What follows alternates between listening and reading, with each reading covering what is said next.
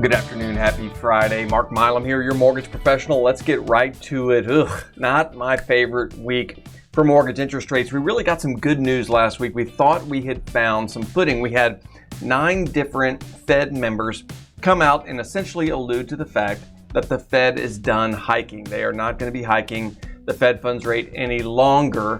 And so we saw mortgage-backed securities rally on that news, and interest rates actually finished up last week better than how they started. We were really hoping to build on that trend, and unfortunately we did not. A lot of reasons behind this, not the least of which was the Fed's discussion yesterday at noon, where they made some public comments about economic policy. We'll get to that in a minute. But what we're facing really as a country is this overwhelming supply of treasuries that are being issued by our federal government to pay for its spending. As I'm sure you've read or heard, our federal government is running a deficit, and the way that we can pay for all of that spending, if we're not collecting it through tax revenue, is by the issuance of treasuries. Treasuries are bonds, essentially, and mortgages are bonds, essentially. And so mortgages very closely follow the treasury market, and the more and more supply that gets dumped on the marketplace, the higher the rates go because it devalues what treasuries exist. Let me flip the screen around here and show you what happened this past week. A pretty decent sell-off in mortgage-backed securities, resulting in higher interest rates across the board. Essentially, we're seeing rates anywhere from 1/8 to 1/4 point higher than they were when we started the week. That's not the direction that we want to go. Getting a little bit of a bounce back today, but that's only because we've seen the 10-year Treasury reach about 5%. Some other factors that are behind this is that we continue to get strong data about the economy. The economy is not slowing down the way that the Fed would like, and particularly what the Fed wants to see is the labor market slowing down. We've talked about this ad nauseum. The Fed really wants to see what has been historical precedent for getting inflation under control, and that is a softening, that's their word, the softening of the labor market, meaning unemployment going up, jobless claims going up. We got some indications of that this week.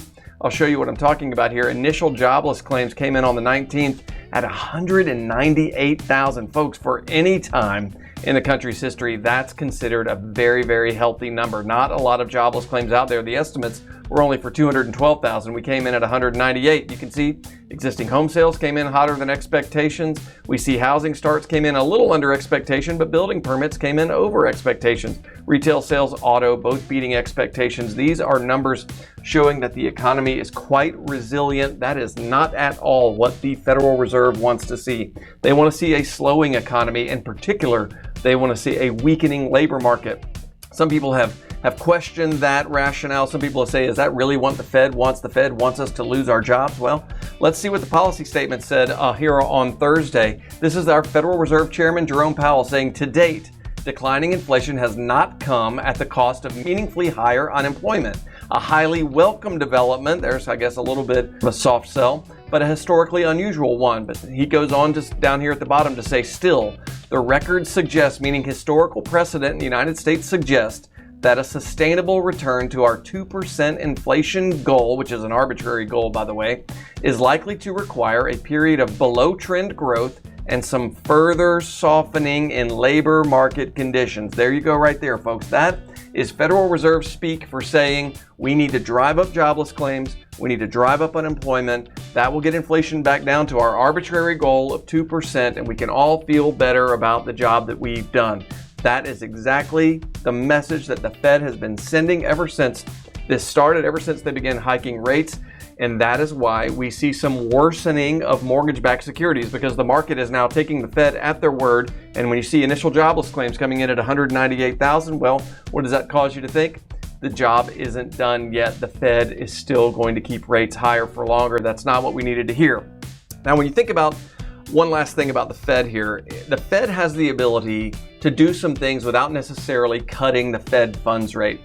The Fed is engaged right now in quantitative tightening, meaning they're allowing up to about $95 billion in treasuries and mortgage-backed securities to roll off its books every single month. So effectively, the Fed could be buying $95 billion worth of treasuries or mortgage-backed securities and essentially holding its portfolio steady, introducing some demand for this tsunami, this wave of treasuries that's being issued by our federal government to help pay for this deficit spending.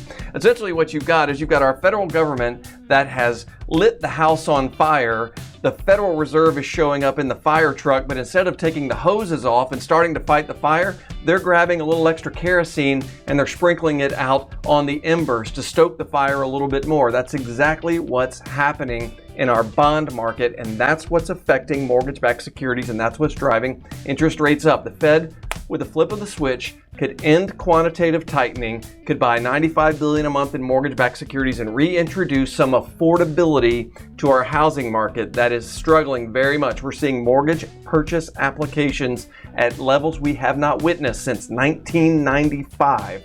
It is definitely time for some federal intervention. That is exactly what the Mortgage Bankers Association, the National Association of Realtors, and the National Association of Home Builders have called for in their letter to President Biden and Jerome Powell last week.